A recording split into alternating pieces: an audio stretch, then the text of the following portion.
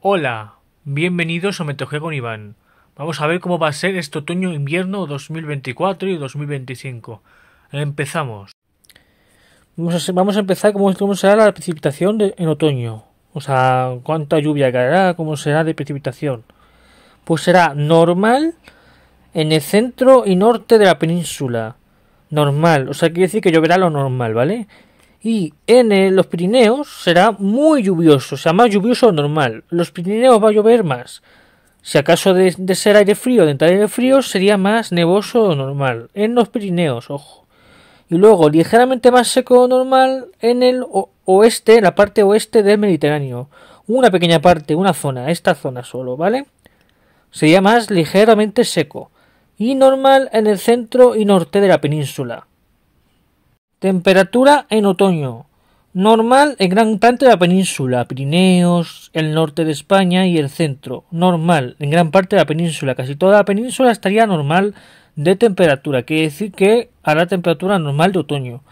Y luego, aparte que a mediados de otoño ya estará un poco más fresco. En el Mediterráneo, una parte del Mediterráneo, la parte oeste, suroeste del Mediterráneo, una pequeña parte sería ligeramente más cálida de lo normal. Esta es la previsión de otoño, temperatura de otoño. Ahora vamos con la temperatura de invierno. Temperatura de invierno mucho más frío normal en el norte y centro de la península. Quiere decir que hará más frío de lo normal, mucho más frío de lo normal, el máximo de escala, que será mucho más frío de lo normal en el norte y centro de la península. O sea que si viene algo aquí será en forma de nieve, porque hará mucho más frío de lo normal, y eso hace que en invierno sea mucho más frío de lo normal, porque habrá nieve y mucho más frío.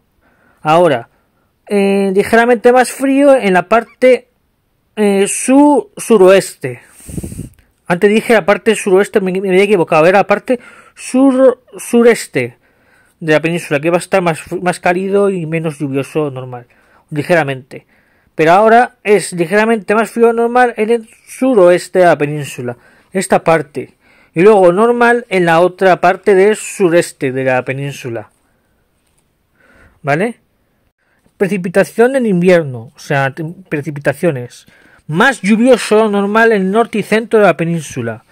Eso significa que si aquí en un momento hace frío, o sea, hace más frío de capas bajas y capas altas, puede nevar, porque también sería, aparte de más frío normal, o sea, mucho más frío normal, más lluvioso, mucho más lluvioso normal, ¿vale? El centro y norte de la península. Y la parte sur de la península, ligeramente más lluvioso normal. Eso significa que sea ligeramente por el medio, o sea, ligeramente más lluvioso normal. O sea, que lo normal que llueva un poquito más, ligeramente, ¿vale?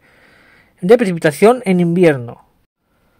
Precipitación en otoño normal, ya dije normal en el norte y centro, y en el sureste ligeramente más seco, y en los Pirineos muy lluvioso. Antes de precipitación, ahora de temperatura sería normal en gran parte de la península, el sureste ligeramente más cálido.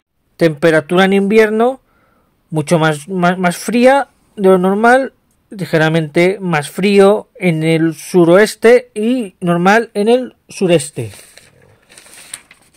Y precipitación, invierno más lluvioso normal y ligeramente más lluvioso. A ver. Y luego está lo de la... Espera.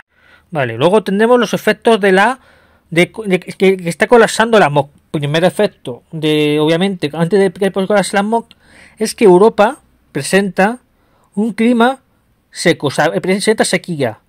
Que es cuando va a colapsar, o sea, cuando está colapsando la MOC. No cuando colapsa, sino cuando está colapsando la MOC. El primer efecto que se siente es sequía en Europa. Y es lo que está pasando. Que está habiendo un poco de sequía o sequía en Europa. El segundo efecto es que el océano Atlántico se calienta más. Y es justamente lo que está pasando. Y lo último es que la parte sur de Groenlandia está más fría, que es justamente también lo que se está dando. O sea, están habiendo coincidencias y síntomas de colapso. Aquí no es incertidumbre, esto es una probabilidad real, que de aquí de 10 a 20 años vamos a estar con el colapso de la MOC. No es una incertidumbre, no es que no vaya a pasar, es que va a pasar, ¿vale? O sea, no, no os dejéis guiar, que las noticias dicen que ahora no va a colapsar, porque eso es una mentira.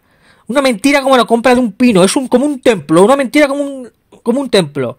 Porque todavía quieren defender el calentamiento global y es un negocio para que te vendan coches eléctricos. Y no es verdad. Esto es más probable el colapso, el enfriamiento global. El calentamiento provoca un enfriamiento global.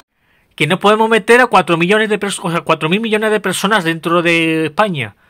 Porque la única zona que se puede salvar es una franja de España, con suerte. Pero toda la parte norte va a haber va a estar engullida a nieve. Va a estar inundada de nieve. O sea, Europa podría estar sepultado bajo nieve, quiere decir metros y metros, hasta 50 metros o más. Esto se produce por el derretimiento de hielo, el calentamiento del planeta, el derretimiento del hielo, que entra más agua dulce en esa agua salada y hace que la esa corriente que, o sea, los rayos del sol, mueve ese calor por todo el planeta. Y eso es lo que va a colapsar, es lo malo. Lo dejo que lo cuenten los profesionales, ¿vale? Que lo cuenten los profesionales mejor, ¿vale? Ahí tenéis los profesionales, van a hablar. Tierra, bola de nieve. En los próximos años vamos a presenciar como cada vez más sentiremos los efectos del colapso de Amok. Pero la cosa no acaba ahí. Volcanes, peligro, supervolcanes. O sea, vamos a tener unos cuantos soluciones de volcanes y posiblemente supervolcanes. Quiere decir que algunos van a entrar volcanes en erupción y esto crea azufre en la atmósfera que hace que la vaya tapando poco a poco. A lo mejor no pasa, a lo mejor sí pasa, pero ya es lo suficientemente grave el problema. Alucinaremos con las nevadas y fríos y los próximos años. Quiere decir que alucinaremos con las nevadas y el frío y los próximos años. Porque tenemos más nieve, más nieve, más nieve, más frío. Veremos si esto se cumple.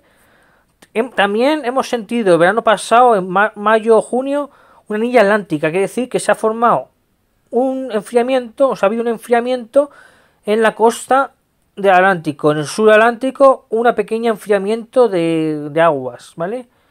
Un mínimo solar vamos a tener también en los próximos años. En los 5 o 10 años vamos a tener un mínimo solar. Que va a durar eso, pues unos 10 años, 20 dependiendo, ¿vale? Prepárate este invierno con tu manta, algo calentito y un abrigo. Porque vamos a sentir la furia de la niña atlántica. O sea, vamos a sentir también sus efectos, ¿vale? Ojo. Y la niña del Pacífico también la sentiremos. Sentiremos las dos. Veremos lo que hace este año. Lo siguiente, algo peor que la Filomena de 2021. Cuando tuvimos otro fenómeno de niñas, o sea, algo peor que la Filomena de 2021 se estará preparando. Ya veremos si esto se cumple, ¿vale? Cuando tuvimos otro fenómeno de niña, se está preparando. Cuando tuvimos otro fenómeno de niña, también hubo, o sea, cuando hubo la Filomena de 2021. En 2020 tuvo un fenómeno de niña. Se está preparando, ¿vale? Contamos con el doble fenómeno de la niña, eso es. Contamos con un fenómeno doble de la niña, pacífica y atlántica, y todos los ingredientes en la mesa, ¿vale? Para tener, pues algo que podría pasar este invierno, ya veremos lo que pasa, nieve, frío, ¿vale? Mucho frío, mucho eso, ya lo que digo las previsiones. Lluvia en el Sahara, bueno, también hemos tenido lluvias en el Sahara, en el desierto, nevadas en la parte sur y centro de África, del Sahara, ¿vale? Falta la parte norte de África, y que según sí o no, ya veremos viendo lo que pasa. O sea, ha llovido mucho también en la Sahara, ¿vale?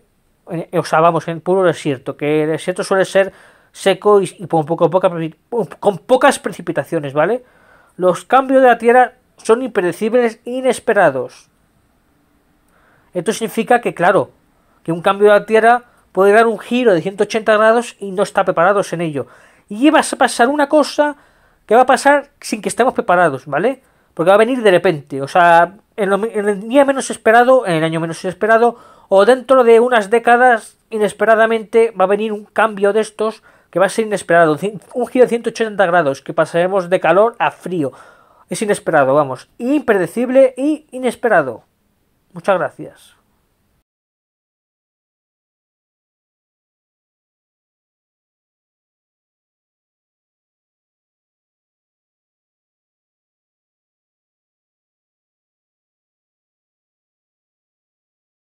hemos hablado de la MOC, esa circulación oceánica tan importante para el clima de la Tierra. A mí me gustaría que nos dijeras si realmente esto no solo es inminente que pase, sino que incluso hay indicios de que podría estar empezando a pasar, porque según creo no es ni mucho menos tan fácil medir si está empezando a pasar o no, que es muy complejo saber en dónde estamos. Corrígeme, por supuesto, si me equivoco, pero me gustaría que nos dijeras lo primero, ¿hasta qué punto estamos seguros de que pueda estar empezando a pasar esto? Y en segundo lugar, ¿qué consecuencias tendría si realmente de aquí, pues eso, a 25, 50 años, estuviéramos ya con un 90% de esta circulación, este giro del Atlántico Norte paralizado?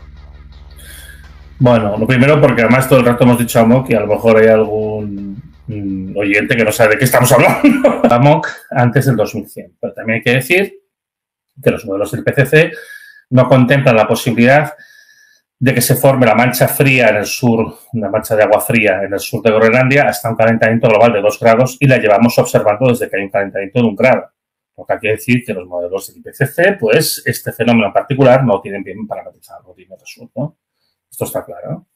Bien, entonces hubo un estudio que apareció en agosto de este año, julio-agosto de este año, que utilizando un método estadístico autorregresivo, analizando la temperatura a la superficie del mar, que esto es a lo que más podemos acceder, ellos decían que se está observando un indicio de que nos estamos acercando a un tipping point, a un punto de inflexión, como sería la detección del AMOC, que es un punto de inflexión a la escala planetaria por los efectos que tiene sobre todo el planeta, y que, bueno, pues una serie de características que se dan cuando te estás acercando a esos puntos y en particular de las fluctuaciones, las oscilaciones que se observan, el valor de temperatura, pues cada vez se van haciendo más lentas, pero cada vez más amplitud. Tú tienes que pensar en un poste que el viento lo está empujando y que está vibrando, arriba y abajo, está cabeceando, y entonces cuando el poste está a punto de caer porque va a ser arrancado por el viento, lo que suele suceder es que estas oscilaciones se hacen más lentas, pero de mayor amplitud hasta que hay un momento que plonk, se cae, ¿no? Pues esto es un poco la idea. Esto causó bastante revuelo, este estudio que apareció en el verano, porque ellos decían que daban como un posible momento en el que se detendría la AMOC por completo entre el año 2025 y el año 2095. O sea, entre pasado mañana y en todo caso antes de que acabe el siglo, o sea, lo que verían nuestros nietos seguro, ¿vale? Con un año más probable que me parece que era el 2056 o 58, no recuerdo, es por dar un número, vamos, tampoco tiene mucho sentido, ¿no? En todo caso, dentro de este siglo. Entonces, hubo mucha controversia, se dijo que era un método muy aproximado, no sé qué. Lo que ha sido un mazazo, porque yo reconozco que incluso para mí ha sido un mazazo, a pesar de ya todo lo opuesto, ya todo lo escarmentado que está uno y lo duro que lleva uno en la piel y la suerte que tiene uno, digo muchas veces, de ser de León, ¿no? Lo aguantamos todo, ¿no? Pero el estudio este que ha salido en Science Advances hace poco, pues, el que se hacía eco de Guardian ayer, pues realmente es un golpe muy bajo, un golpe muy duro, porque básicamente en este trabajo, no entraré en los detalles, es un trabajo, bueno, como todos estos, muy técnico, pero esencialmente lo que hacen es una modelización, utilizan uno de los modelos que se utilizan para la modelización del IPCC e intentan entender por qué los modelos del IPCC marran tanto en el tema del impacto de la AMOC, de la posible detección de la AMOC. Y entonces, bueno, unas conclusiones, no tengo que volver a leer con calma porque son muchas cosas que están en este artículo, pero por lo que yo he llegado a la conclusión leyéndolo es que hay una sobreestimación del impacto del influjo de agua dulce a escala global y, de hecho, ellos hacen un estudio únicamente metiendo la variable entrada de agua dulce en superficie. No meten más variables, no meten temperatura, ni meten la disminución del viento, que para mí es un efecto muy importante de lo que está pasando. Y con aportaciones relativamente modestas de agua dulce por deshielo continental, ¿no? 10⁻⁴ verbos, creo que ponían, uno llega a que se produce una AMOC, una detención de la AMOC, perdón, y además es rápida. O sea, lo que es unos primeros mensajes muy impactantes de este artículo es que en 25 años el flujo se reduciría en un 90%. En cuestión de 25 años. Esto es un modelo, esto no es la realidad, ¿eh? Esto hay que recordarlo. No es la realidad, es un modelo, pero lo que quiere decir es que cuando uno toma en cuenta una serie de cosas, y ojo que este no es un modelo como los que dice Daniel, que incluye el tema del efecto radiativo de las nubes, encima no tiene en cuenta eso, ¿vale? Pero lo que está diciendo es que cuando uno empieza a intentar introducir ciertos conceptos que ahora no se habían manejado siempre correctamente, en los modelos pues sí que se ve una posible transición, y una transición que podría tener tiempo en lugar en un espacio temporal tan breve como 25 años.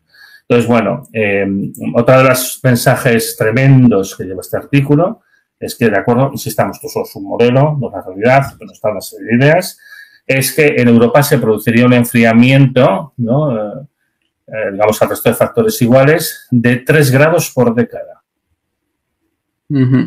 Sí, sí. Que es una bestialidad. Bueno, yo lo que deduzco es que muchas zonas quedarían prácticamente inhabitables. Muchas zonas que están densamente pobladas. Sí, sí. No, sí, o sea, a ver, porque además ahí le sale eso, que la nieve cubriría hasta París, básicamente. O sea, de París para arriba, todas las Islas Británicas, Holanda, Bélgica, el norte de Alemania, una buena parte de Polonia, evidentemente las pensulas escandinavas y Dinamarca, etcétera, no podemos olvidar. Pero claro, eso no quiere decir que sea mucho más habitable más hacia el sur, ¿eh? Entonces, la frontera, obviamente, y esto es una cosa interesante que quiero comentar, como el Mediterráneo sigue un proceso diferente, en la zona de confluencia entre este efecto atlántico y el efecto mediterráneo se produce como un clash, como un choque, el fuego contra el hielo, la canción de Fuego y Hielo, tú.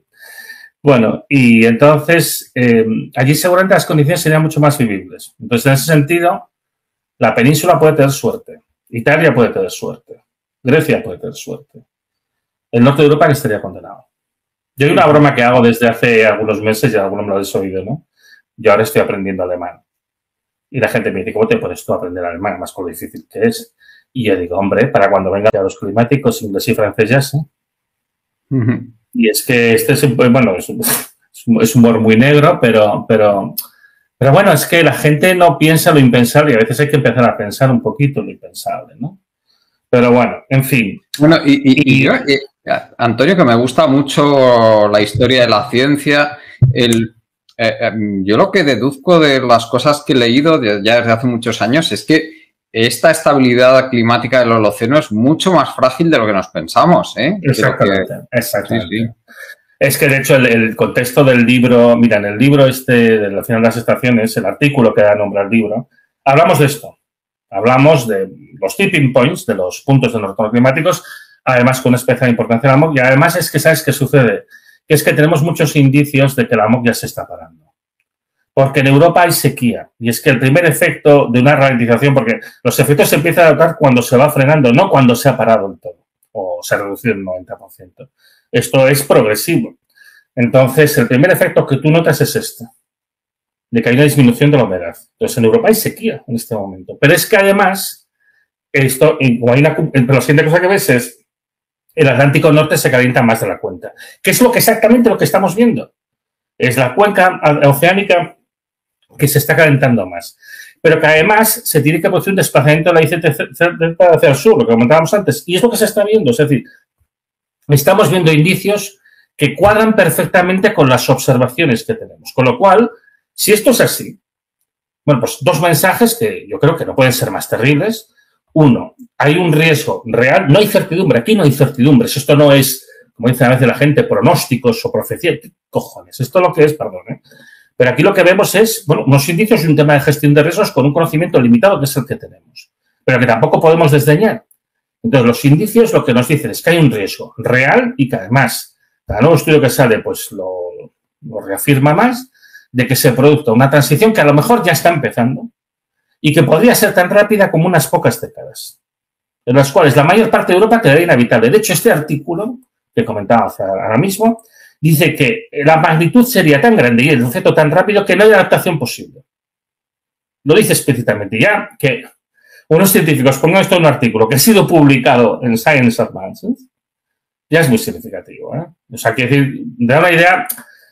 También otra cosa que conviene transmitir del estado de ánimo que tiene la comunidad científica. También que estamos un poco hartos de aguantar tanta tontería como estamos aguantando, tantos insultos, tantos ataques, cuando, coño, estamos intentando hacer lo que podemos delante de una situación que es dramática. O sea, es que también lo comento muchas veces, yo tengo muchos compañeros que se están empezando a romper delante de lo que estamos viendo, porque es que yo os explico todas las variedades oceánicas que estamos, está todo despirulado. Está todo despirulado. Y entonces, claro, es que la gente se rompe, ¿por qué? Porque es que cuando te paras a pensar qué narices es lo que estás viviendo y lo que significa, es muy difícil tener la presencia de ánimo para aguantar y para continuar, y sobre todo encima además con el clima tan bajo que nos rodea, y no me refiero al medio ambiente, ¿no? Yo, hace unos meses, os lo comenté también ayer en la presentación esta del libro, se me acercó un chico que está haciendo la tesis doctoral con una antigua compañera mía. Es estaba fatal, o sea, una ansiedad de estas de manual y tal. Y claro, es que él me decía, es que mi trabajo consiste en mirar a esto todos los días. Entonces, es que este es el drama. Entonces, bueno, por acabar, el primer mensaje es, tenemos indicios de que esto podría estar pasando ya. No, si está pasando esto, no hay que lo pare. Además, es así, es dramático. Puede ser muy rápido, puede ser cuestión de unas pocas décadas. Ojalá no. Pero en todo caso, nuestra actitud indolente de no hacer absolutamente nada práctico, como tú has dicho antes, Juan Carlos, pues hace que cada vez sea más probable que esto suceda, ¿vale? Y bueno, y poca cosa más, quiero decir, es que bueno, pues eso, pues Europa se volvería inhabitable. Es que esto es terrorífico. Estamos hablando de 300, 400 millones de personas, como mínimo, así, calculando bote pronto. No lo he mirado, pero debe ser esa la cantidad de gente más o menos que vive en esas zonas que quedarían inhabitables o casi inhabitables. Y luego una producción de alimentos tremenda que hay en todas esas zonas. O sea, ¿qué pasaría con la producción de alimentos a nivel mundial? Especialmente si zonas que ahora son muy productivas en otras áreas del mundo, pues quedara su producción también muy dañada, como pasa en la India, por ejemplo, que tiene una productividad... Claro, es que el problema que tienes es que se te recantaría toda la zona tropical. Es que ese es otro efecto que tiene esto. Es que puede ser que la única zona vivible sea una franja estrecha, que con un poco de suerte coge España. Pero claro, no sé al final si que es lo mejor o lo peor, porque claro, aquí no podemos meter a 400 millones de personas, aunque fuera así. Además, cuidado, porque con un poco de suerte podemos tenerlo todo. Esto también lo dice a veces Juan.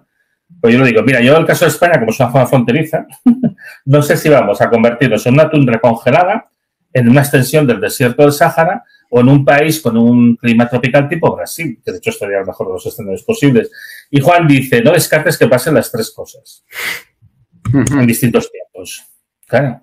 Entonces, bueno, la incertidumbre es enorme, pero lo que no es una incertidumbre es el riesgo. Es decir, el riesgo está claro. Entonces, yo creo que si delante de todo esto, pues, bueno, preferimos pues, mirar a otro lado y pensar que esto es... Y lo que tú decías antes, seguimos queriendo, pues, y decía Rafa, seguimos queriendo, pues, hacer muchas cosas que no son realmente necesarias y que son las que nos están llevando a esto. Estoy hablando como sociedad, nuestro conjunto, sí, y por supuesto, unos más que otros, porque no tiene nada que ver lo que hace un habitante de un país del sur con un habitante medio de un país del sur con lo que hace un habitante rico de un país del norte. Por supuesto, no tiene nada que ver.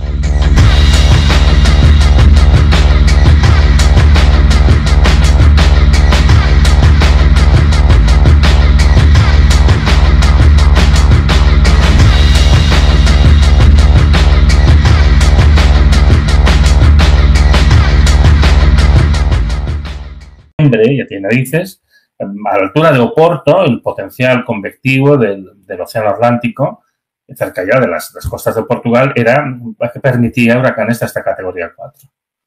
Y esto es una bestialidad. Entonces, si hubiera llegado una tormenta estructura de esa zona, se hubiera convertido en un huracán de categoría 4. Y esto, pues, seguiría subiendo, seguiría aumentando este potencial. Entonces, esto por una parte, ¿no? Luego, otros efectos que se podrían producir, pero esto ya es complejo de saber porque depende de digamos, la interacción entre el incremento del forzamiento relativo de todo el planeta, o sea, de los gases de efecto invernadero y demás, y este efecto local de enfriamiento en Europa. En el caso concreto de Europa es difícil saber exactamente qué pasaría, pero por lo que tenemos, los registros geológicos que tenemos, en particular de un evento que se llamó el Younger Dryas, que pasó algo parecido a lo que estaría pasando ahora. Ahí fue por un deshielo súbito en el río Hudson, que interrumpió la corriente marina. Bueno, sabemos que Europa quedaría sepultada bajo las nieves. Sepultada quiere decir metros y metros, hasta 50 metros. En París, bajo 50 metros de nieve, para entendernos, ¿vale? Y bueno, entonces, este tema, como digo, se ha ido observando, se ha ido discutiendo en la literatura científica desde los años 60, pero últimamente ha habido un crecimiento mayor de los trabajos sobre este tema, en particular por un evento que es un poco el tiro de salida, y es la formación de una mancha de agua fría al sur de Groenlandia. Entonces, desde el año 2014 observamos sistemáticamente que hay una zona del océano del Atlántico Norte en el que se ve una masa de agua anormalmente fría al sur de Groenlandia, y esto lo que sería es un síntoma de ralentización de la MOC, de que la MOC se está parando. Y se acumula agua típicamente de deshielo, agua más fría, y se queda allí, en superficie, en vez de hundirse. ¿Vale? Entonces, claro, esto yo creo que ha incentivado el interés por este tema, ha hecho que se hagan más trabajos, pero es un tema que ha sido de interés y de investigación en oceanografía física, que bueno, que tampoco nos olvidemos de que la oceanografía física es una disciplina bastante marginal dentro del contexto de la física y en general de las ciencias. En España, la cantidad de oceanógrafos físicos que hay se pueden contar